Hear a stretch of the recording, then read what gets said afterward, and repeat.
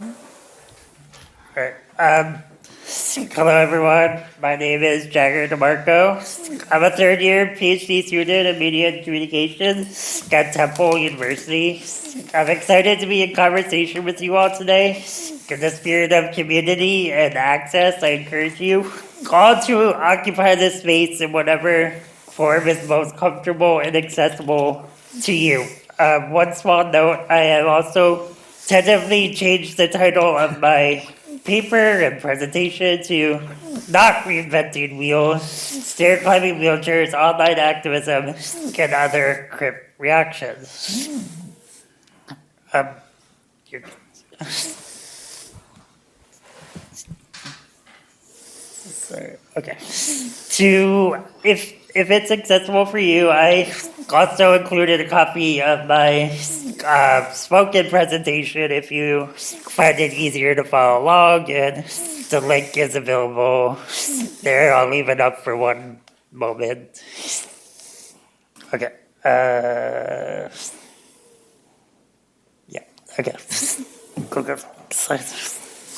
So today we'll be talking about some of the discourse surrounding the Skuo Bro stair climbing wheelchair and sorry, one sec.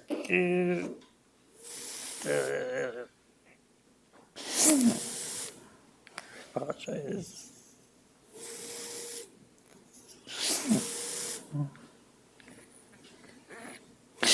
Okay, I'm sorry. Scuba stair climbing wheelchair.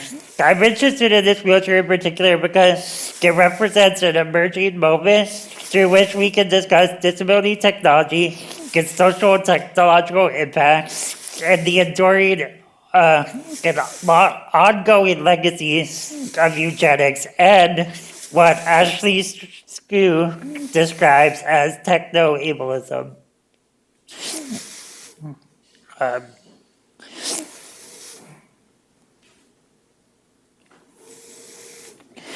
This is a backdrop that online disability activism responds to, often through humor, and group knowledge, and lived experience, generating a rich range of everyday yet resistant digital practices. As a final housekeeping note, throughout this presentation, I will be referring to Twitter tweets and retweets instead of X for the sake of legibility and clarity. As Woodson Watson eloquently state, power wheelchairs are both social and political machines. Powered wheelchairs in particular were instrumental in the development of disability advocacy movements, including the independent living movement. To distill them to an amazing feat of engineering diminishes their role in the history of disabled individuals and their capacity for sustaining advocacy movements. Yet, in part, this is exactly what happened here with the Skuo Bro wheelchair, as it is presented through Mashable, which is an online technology and lifestyle magazine. On April 21st, 2019, Mashable posted a promotional video of this wheelchair designed deliberately to go viral, as evident through provocative tags and titles. A short clip from this video can be seen here. This tweet had disabled people talking. Twitter users describe this wheelchair variously, and I quote, as a fucking nightmare, dumb as fuck, and terrifying. I am being provocative here, but this is all to illustrate that a lot of the discourse surrounding this wheelchair was extremely negative. And here I am to explain why the disability community members have these reactions and how such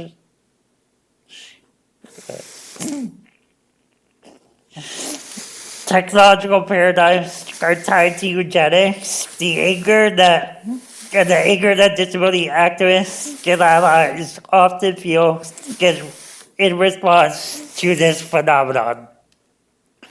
So on the left side of the slide, you will see the predecessor of the School Bro wheelchair, the iBot stair climbing wheelchair, which was invented in 1999, could cease production 10 years later in 2009. The School Bro wheelchair was quote unquote invented in 2017, but this is all to say that stair climbing wheelchairs are not new and have existed for decades. In fact, stair climbing wheelchairs, as opposed to something like ramps, can be seen as what's called a disability dongle, or a well-intended, elegant yet useless solution to a problem we never knew we had. In turn, the disability dongle, as a genre of technology, gets undergirded by what Ashley Shue calls techno-ableism. This is a harmful belief that technology is a solution for disability.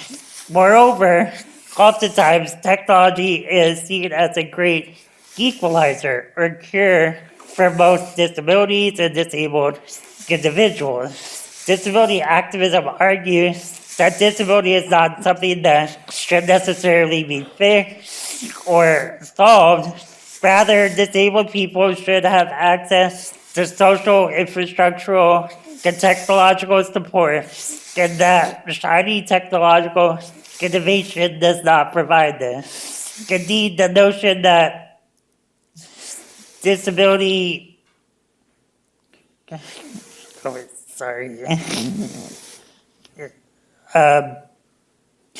Indeed, the notion that disability should be fixed, or cured, or solved can and often does emerge from a long and violent history of eugenics. Because to create the ideal body-mind largely requires the erasure of the undesirable body. Thus, eugenics, or the science of improvement or of the human race by better breeding, seeks to create the imagined perfect, able body. This pseudoscience was often perpetuated by the elite and leaders, including members of medical professions and technological disciplines. But after World War II, and the term eugenics grew out of favor because of its association with Nazi Germany and the torturous medical experiments that occurred at many concentration camps.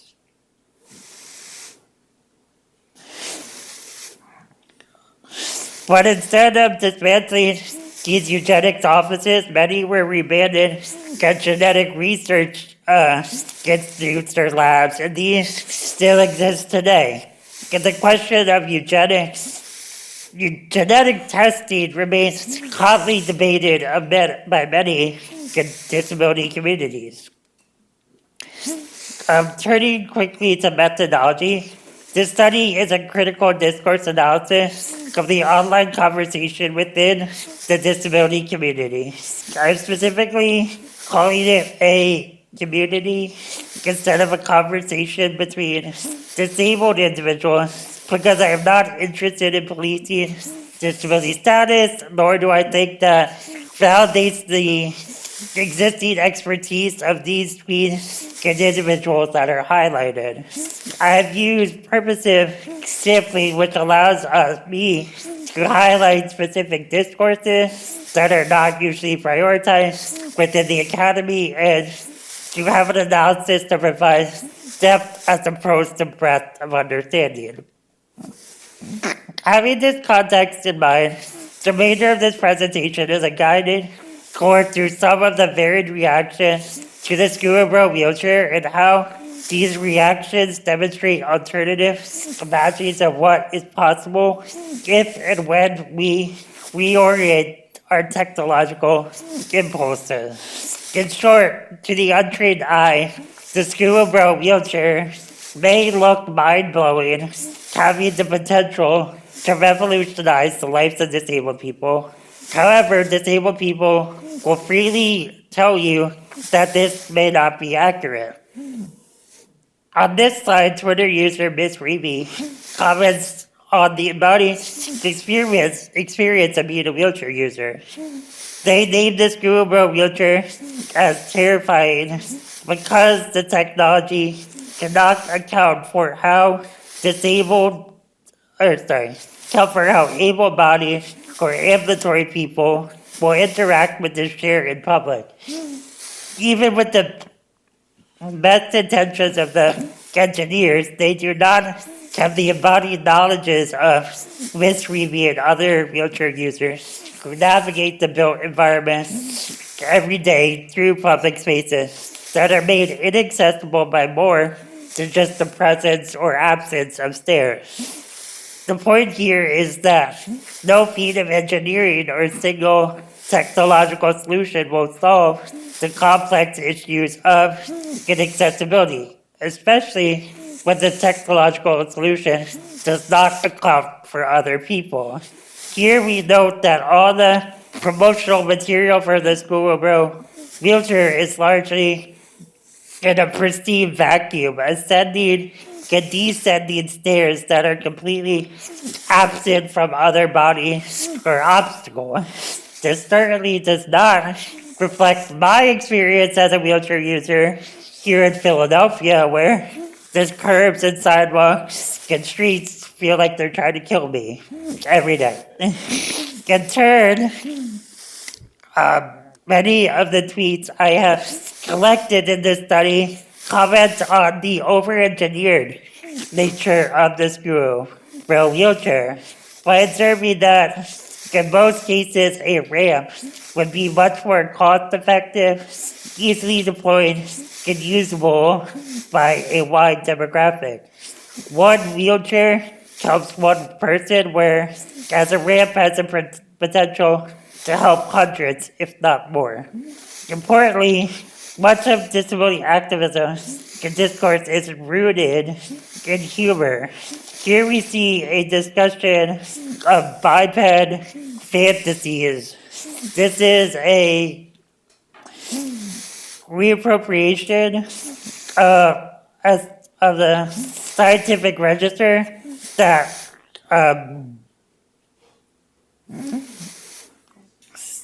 excuse me, sorry, one second.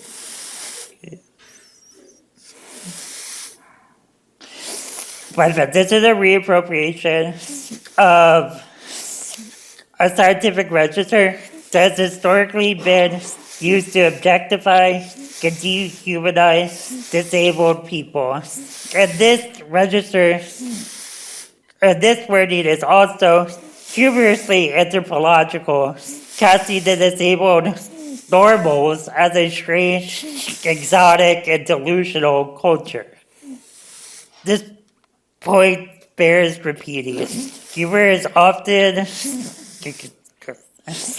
used in the discourse to point out the delusional, which is to say out-of-touch nature of technological solutions. For instance, I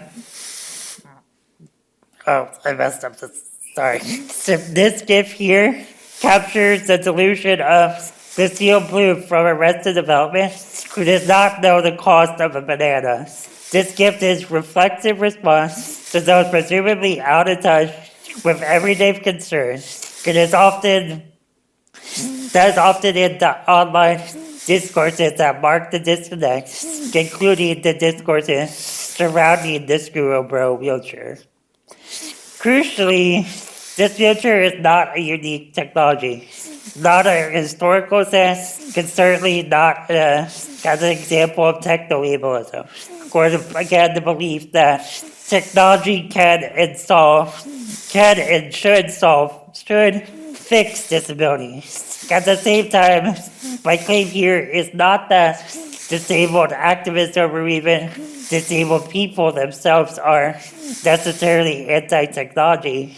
Rather, the activist claim is that technological advancement for disabled people must occur in tandem with the implementation of social and economic policies that center disabled people as whole and complex individuals. This seductive flash of a stair climbing wheelchair only works to circumvent these structural issues, thus allowing us to pretend that disability is only an individual problem, which in turn disrupts the collective power of online activism around disability. Before I conclude my presentation today, I'd like to take a moment to acknowledge that where we are today in this room.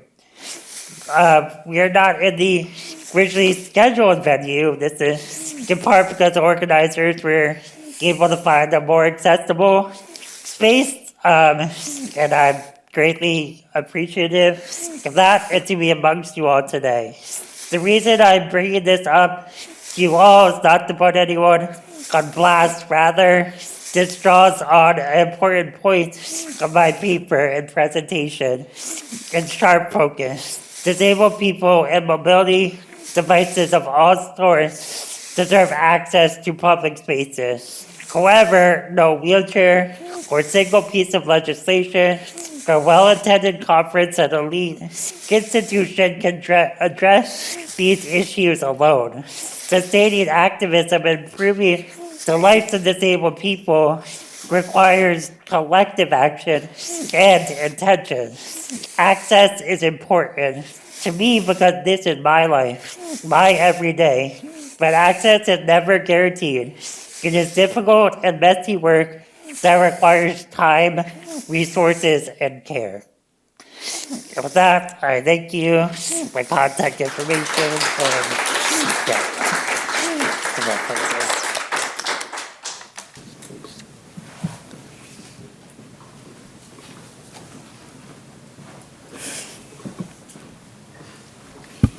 Okay. Hello, everyone. Thank you for coming to attend the first panel of today. The title of my talk is Repairing Queer Infrastructures, Reimagining Urban Resilience Through Data Kinship. So first of all, I'd like to introduce that the research that I'm presenting today is a chapter from my book project, which is tentatively titled Co-opted Publics, Pandemic Surveillance, Datafication, and Coded Injustice in South Korea. So this is very tentative publics. I change my title every day, so just think of this as a very temporary book project title. But it's a 2-year of archival and ethnographic study of Korea's data-driven governance of public health crises that has taken its momentum since the 2015 Middle East respiratory syndrome epidemic and to COVID-19. So in the book, I try to uncover how state platforms become central tools to define and govern quote-unquote risky bodies that potentially threaten the nation's health. So the talk that I'm giving today is from the last chapter of this book project, where I locate sites of refusal and resistance to the Korean state's pandemic surveillance regime. It is drawn upon interviews with activists and human rights organizations, as well as archival and document research of secondary materials.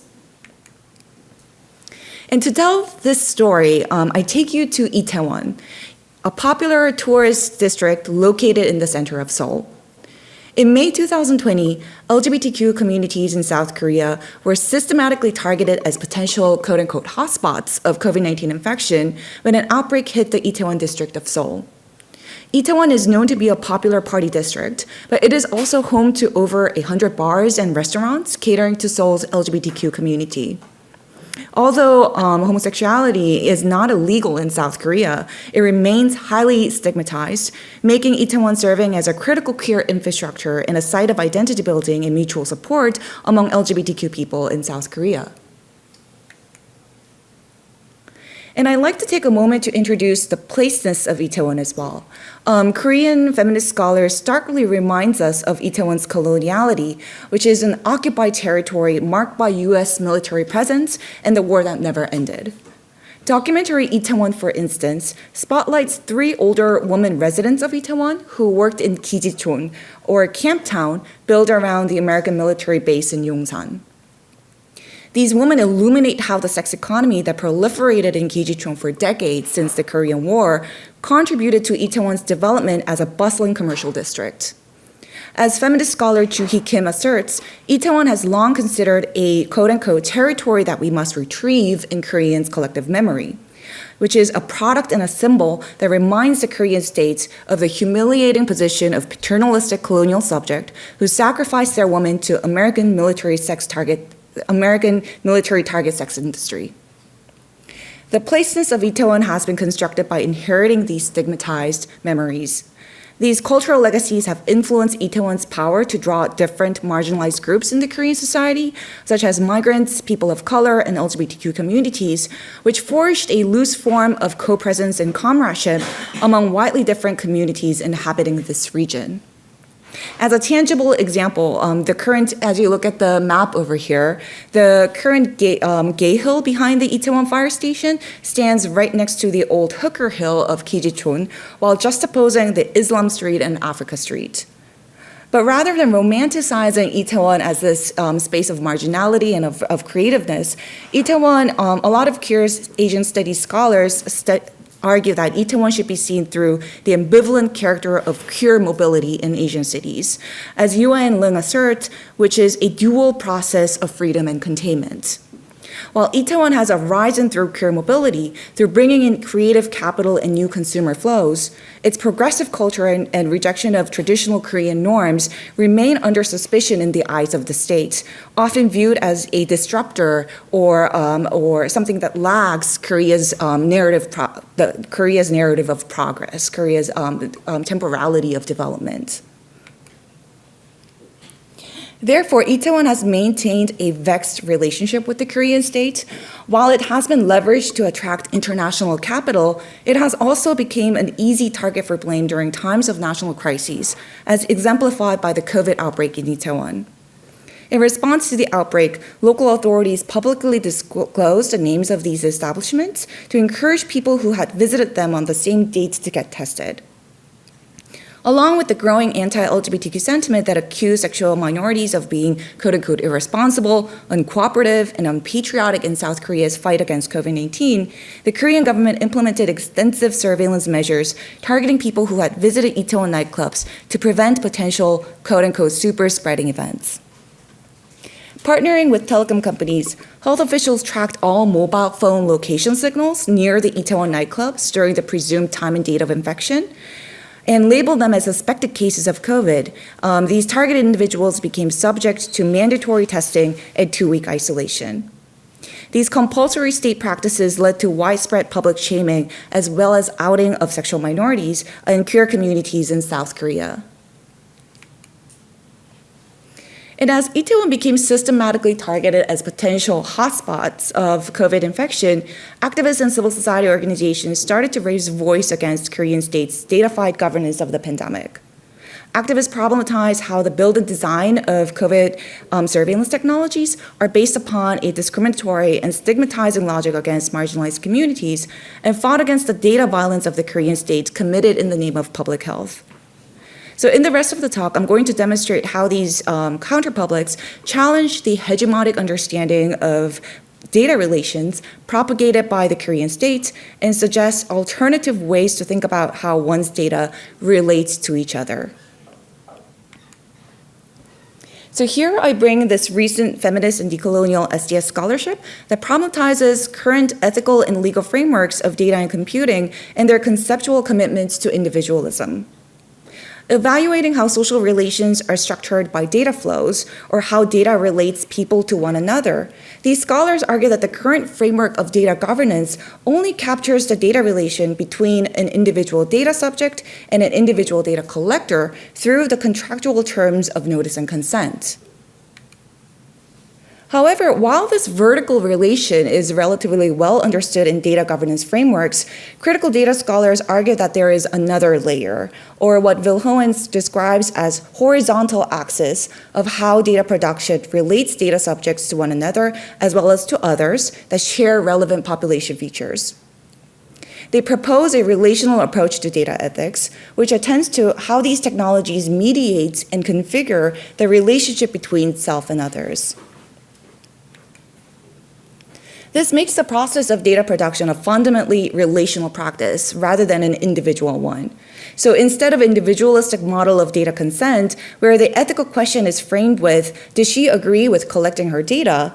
The relational ethics to data is interested in how does the data collection affect her and her relation to the world?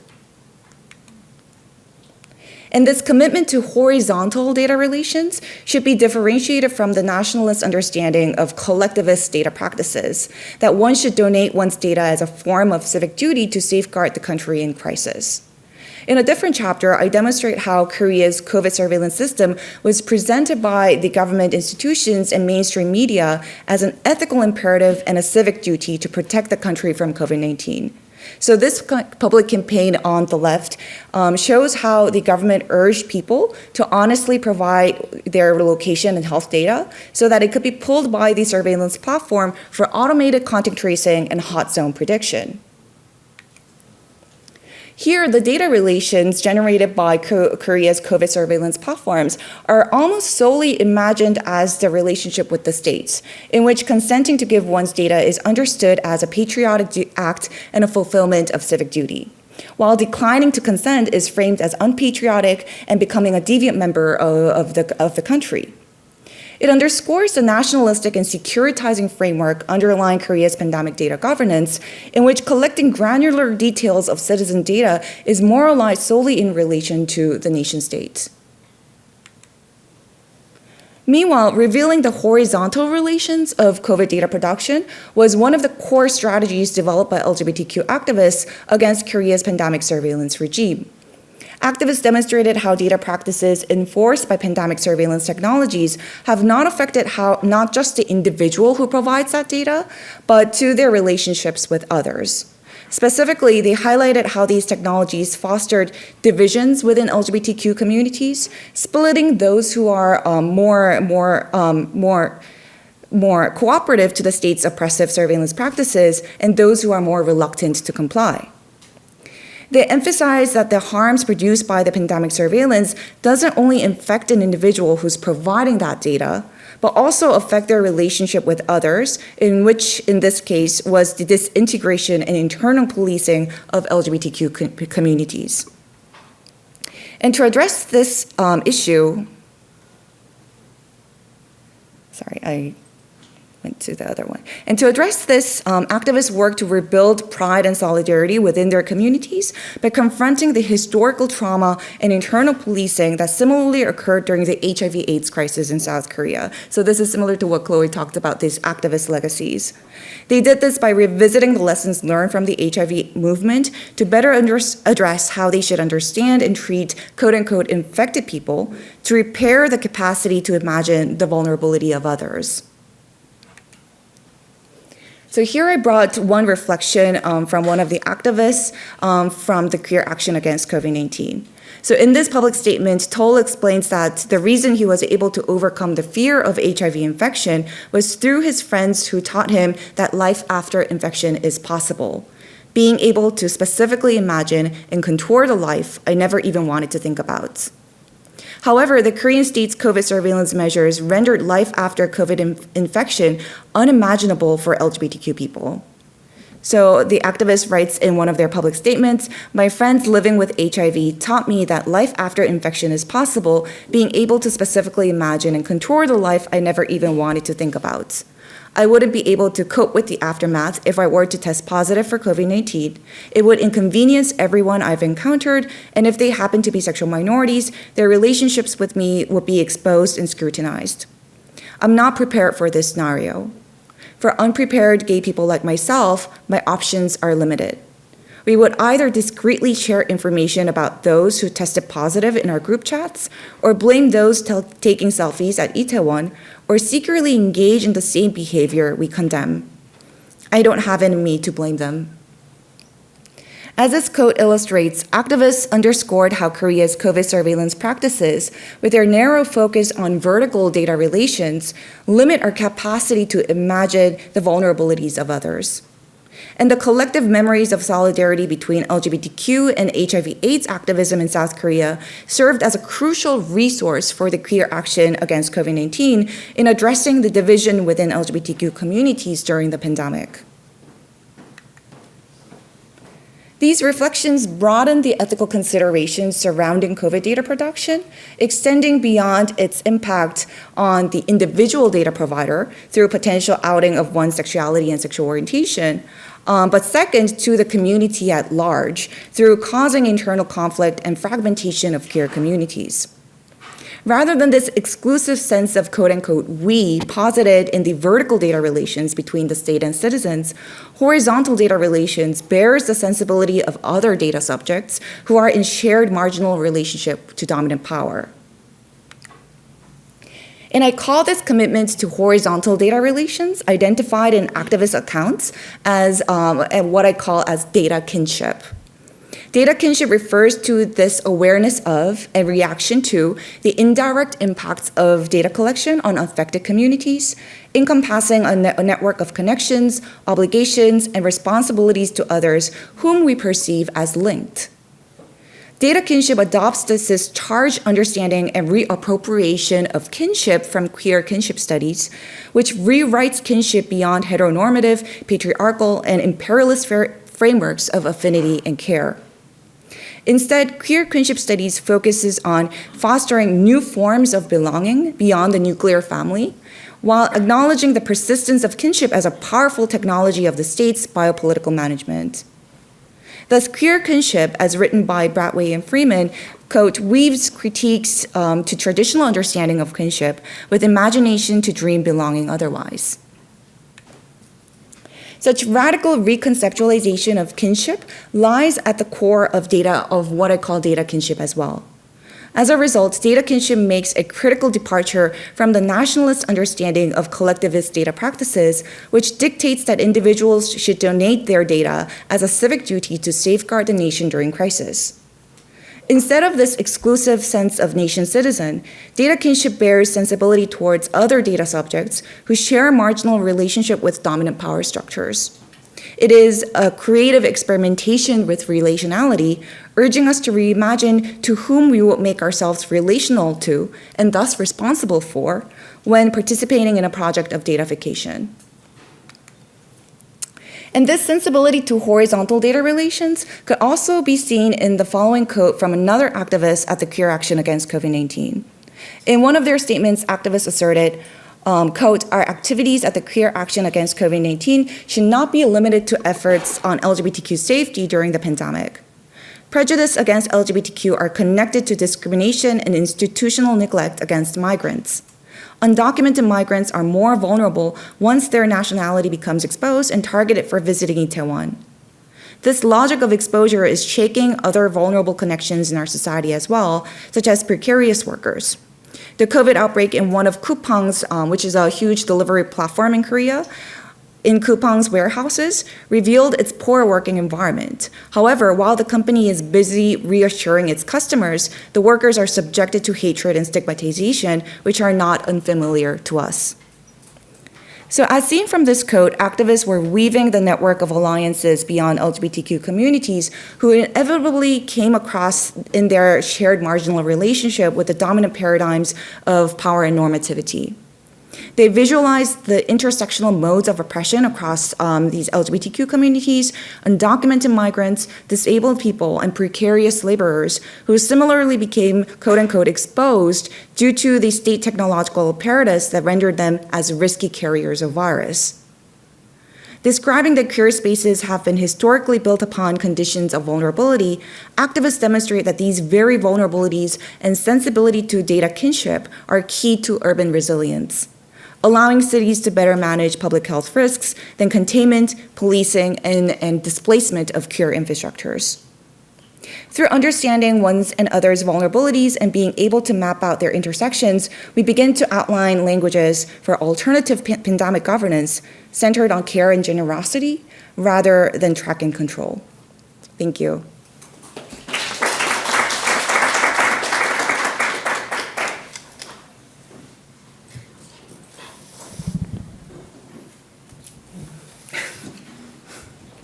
So, thank you all. We have a very short amount of time for the Q&A, so 15? Okay, 15 minutes. Okay, so before we open it up to the floor for audience questions, I just had a very broad question for the group. So I think stigmatization, discrimination, and ethics kind of run as key themes throughout all of your work. And I was just wondering how you as researchers navigate and address the inherent vulnerabilities associated with amplifying the voices of the groups that you work with to ensure some sort of justice, and what responsibilities do you perceive in this process, if any? So that is an open question. Whoever wants to take that first is up to you.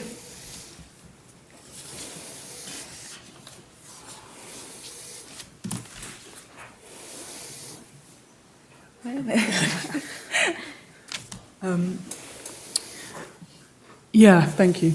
I think it's really, the longer I'm a PhD student and in grad school, the more I realize how both privileged and precarious I feel like being in this space is, researching the communities that I'm part of, and trying to do this with the most ethical framework I can when the deck is so stacked that it's never going to be what I want, and it's never going to be the dream, and it's never going to be anything that is anywhere near enough to really work with the community that I'm part of, right?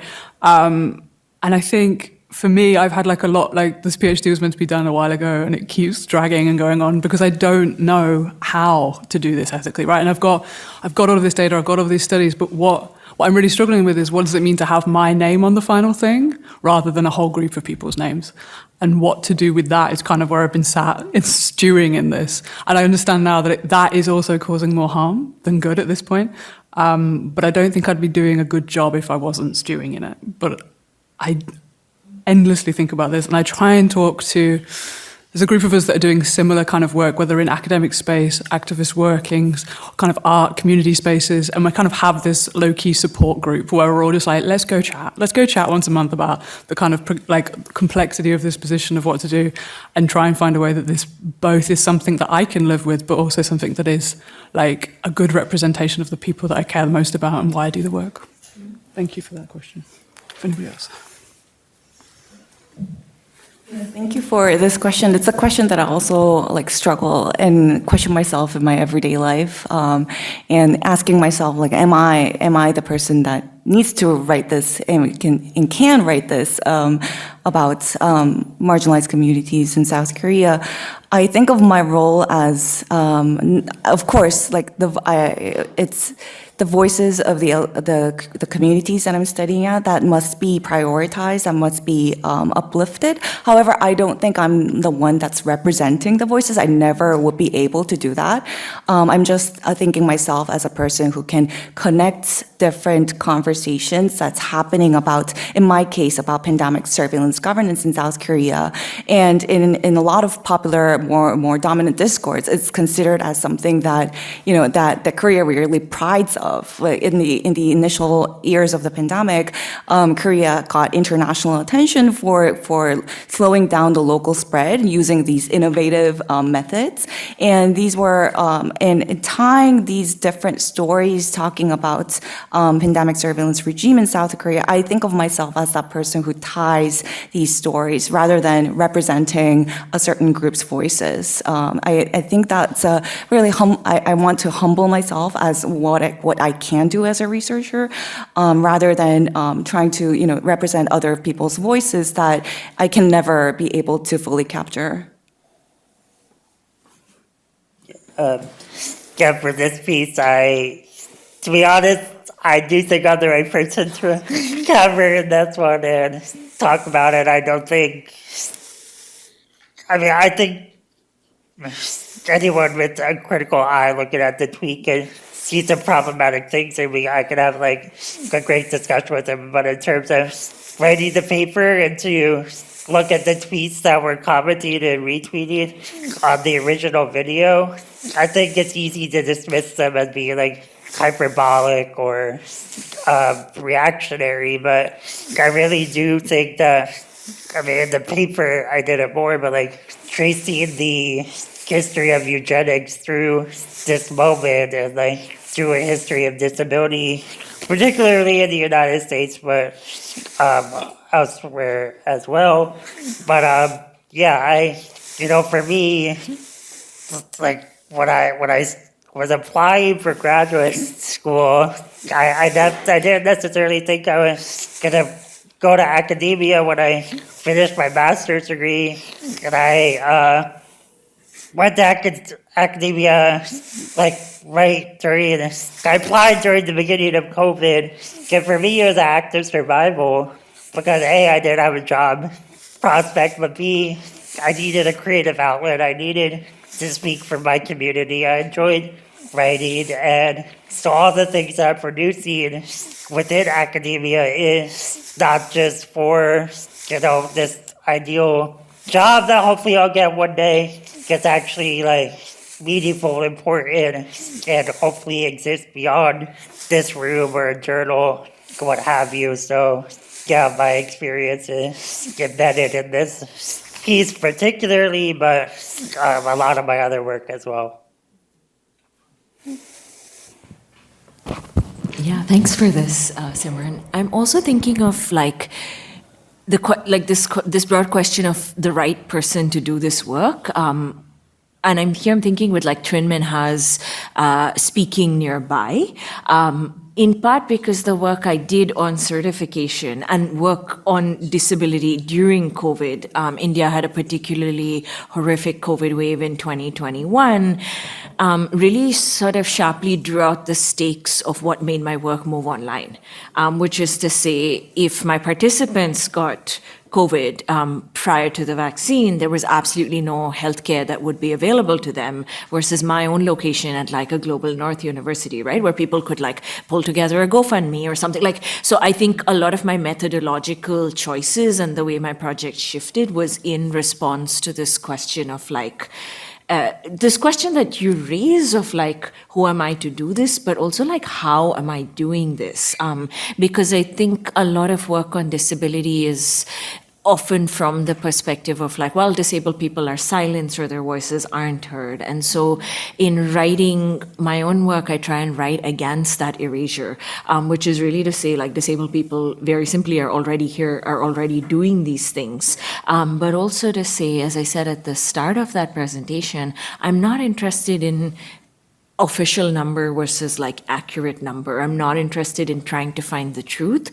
And I'm thinking of this from a disability justice lens, right? Like not trying to locate whether someone is really disabled or like any of that, but really to say if disability is this capacious category, which it is, as opposed to like regimes of austerity and the way they seep into welfare, what are the kinds of thickness of spaces that leaves us with, even when a lot of it is very messy. So thank you for that. Thank you all for your responses. I'll open it up to the floor for any questions.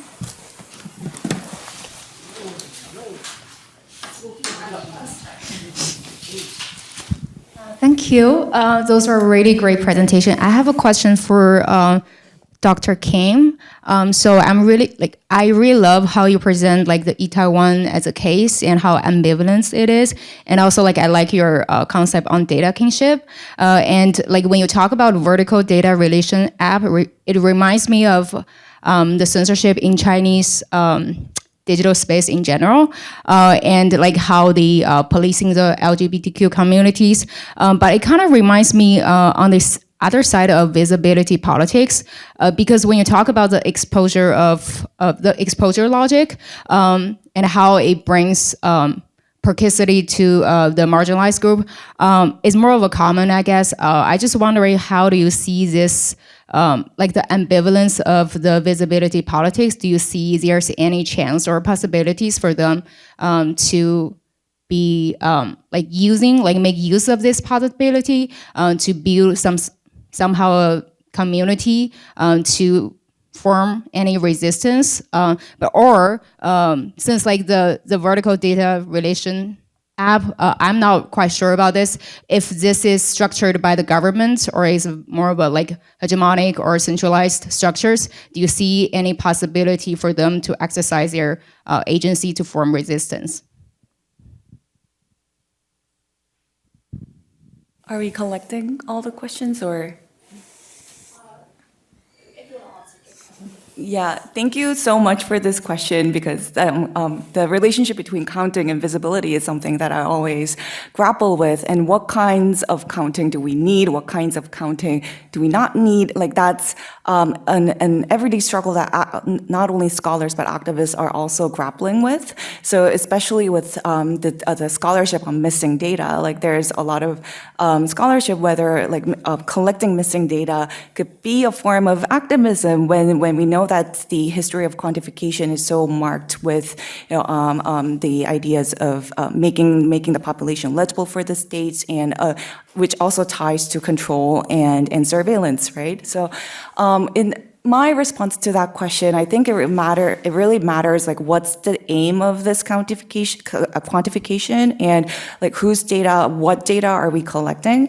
Because in the Korean case, to answer your second question, this vertical data relation was very much coordinated and centrally by the states. So it was the Ministry of Interior and Safety, it was the Korean Center for Disease Control and Prevention, which coordinated this mass infrastructure for surveilling these risky bodies that will be considered as something that will be targeted and controlled, right?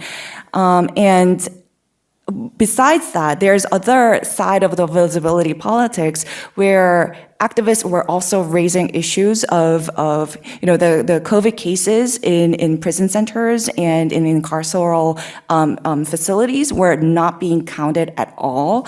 COVID cases that was happening in poor nursing homes, in disability care centers were not counted at all. And these were the other side of the visibility of counting that these activists were at the same time trying to raise in order to account for what kinds of resources and allocations that we need for these facilities.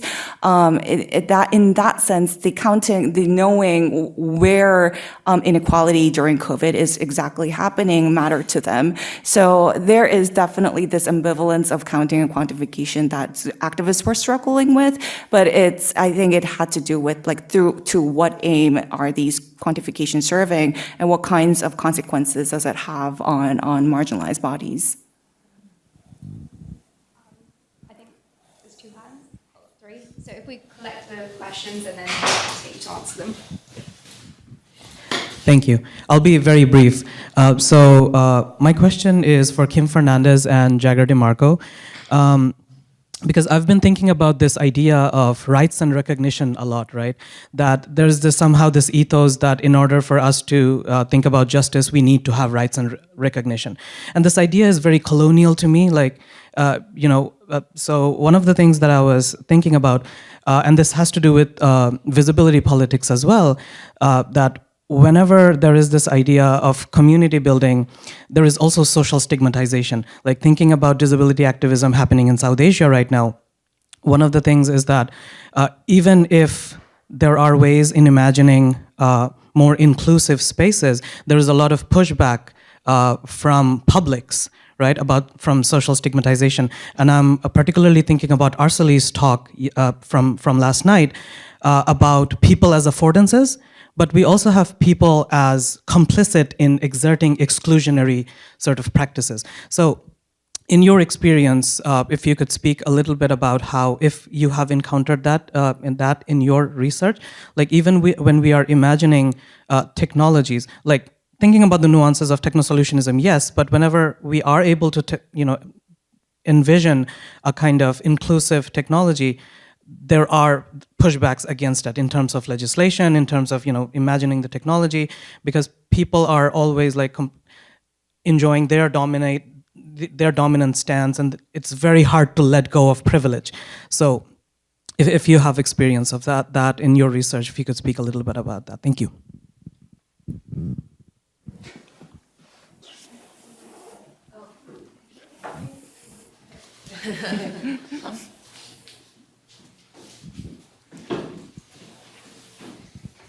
Thank you so much. I love the presentations.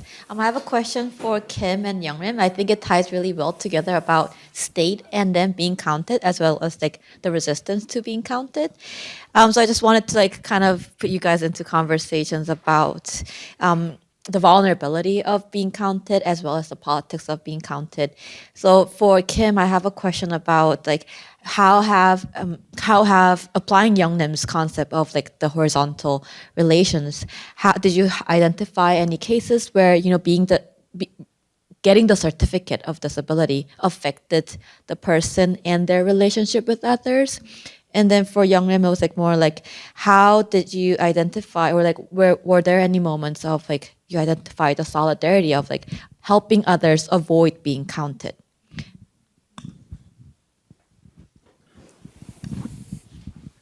Thank you very much for the presentations. I really enjoyed them. Thank you for sharing your work. My question is for Kim and Jaggar. Kim, thank you very much for your work. It's really amazing to listen to what you have been up to. You mentioned, again, going back to visibility politics, you mentioned things that are not seen explicitly as disability and being under-recognized and under-counted, mostly in state counting and certification. I wonder if you also encountered this, or if you have looked into this in disability activism in India as well, who gets to be counted in disability activism or be looking disabled enough to do disability activism, or who might be excluded on several grounds of like, what is understood as the typical disabled person in that context, and how does perhaps caste, class, ethnicity play into that, and who gets to be included and excluded in that kind of visible disability politics, spectacular disability politics, and who is like blindsided, I mean, that's not the best word, or erased and put to the sides. And for Jaggar, I was wondering, it's super interesting what you mentioned about this wheelchair, climbing wheelchair, whatever the name was. Yes, I wonder if you engage with the cyborg framework from Alison Kafer's reading of cyborg, and how these technologies are developed and who is financing them and who benefits them in a more transnational framework. Alison Kafer gives the example of, in her article, this exestalon that was developed by Berkeley Electronics that was sold here in North America as helping disabled people to walk, whereas actually it was also used and in the military wars, and occupation in Iraq and Afghanistan, where US soldiers were also wearing these exestalons to carry bombs more easily. So I wonder if you look into that kind of cyborging aspect in your work. Thank you.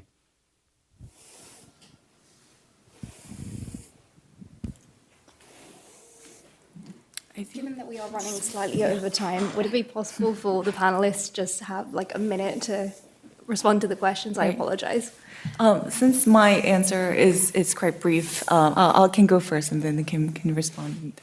Regarding like where the moments where queer activists were thinking about how to help each other avoid being detected, avoid being counted.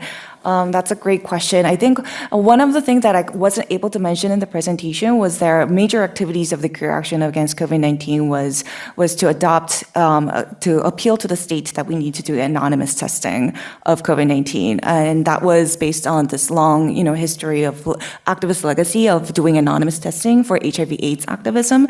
So that movement was actually quite successful. So because it was also not because the government of Seoul was interested in the human rights issues. It was because that was better for public health. Because we needed these people to not afraid of going to the clinics and get tested, right? So anonymous testing was adopted like within a month.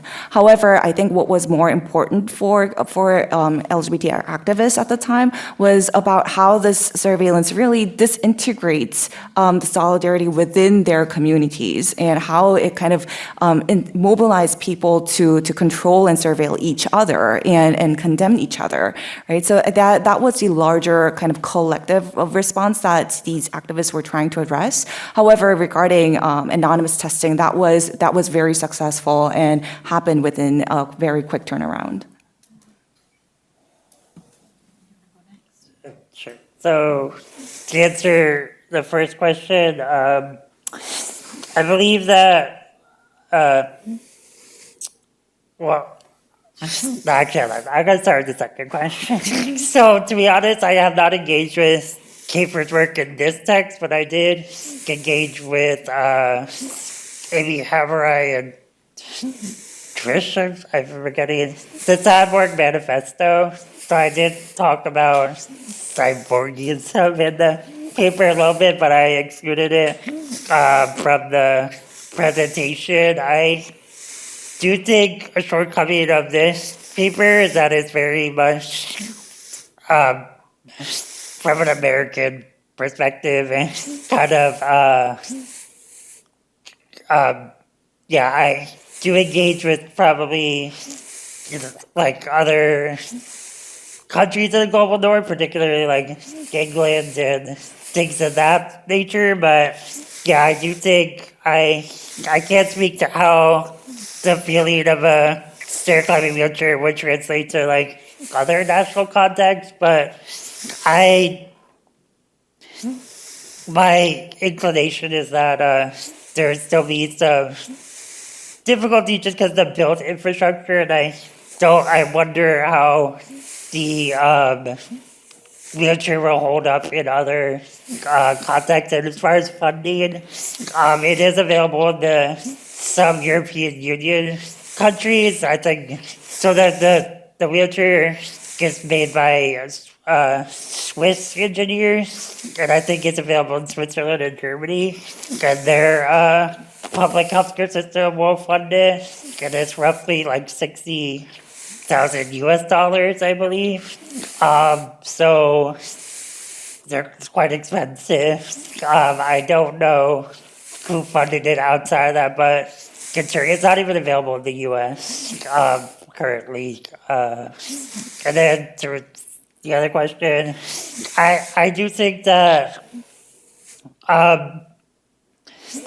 oftentimes I think about like different policy initiatives and things of this nature. Something that bothers me is a lot of disability activism and advocacy, or not disability activism, but like public support is about employment initiatives, getting disabled people jobs, which bothers me because I feel like it doesn't address all these other societal issues, which I was trying to talk about in my paper. So I do think the public exists in line, and I do think the discourses that disability activists are saying is most important to them is not necessarily what like people outside of these specific spaces are saying.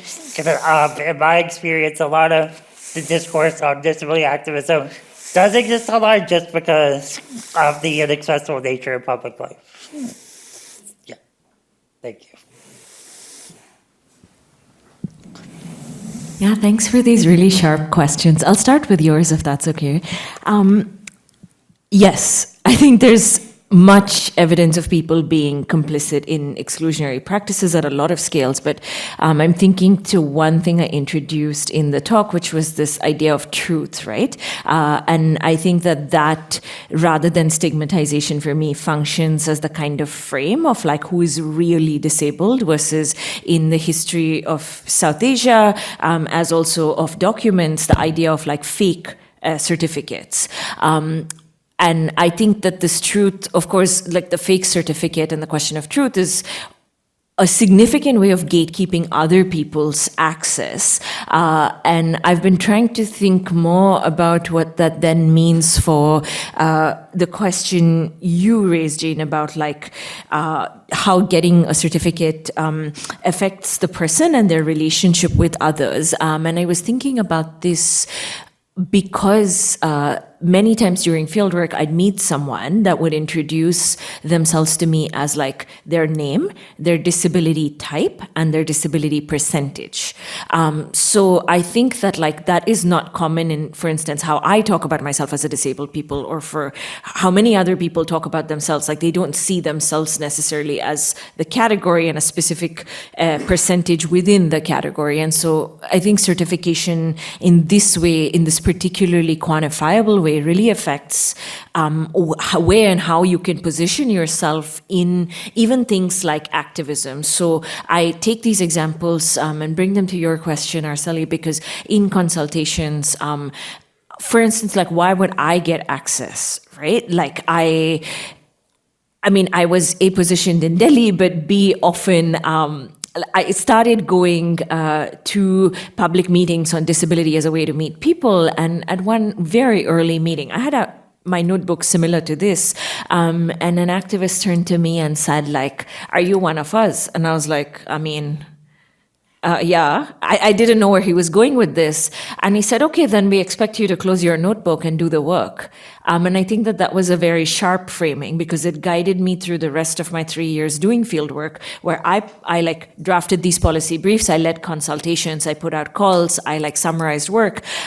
So this idea of access and activism as tied into like my social location, this very keen understanding that my participants had about where I was located and what I could offer them, in a way that I think would not be open, for instance, to people from other locations, but also in a way that I think Delhi really dictated some of the centrality of like how activism was thought of as happening in relation to the state or in response to the state. And I'd be happy to say more about things like caste, class, and gender and how they came up. But the disability certificate allows access to welfare benefits, to concessions and transport, to reservations and government, a bunch of things.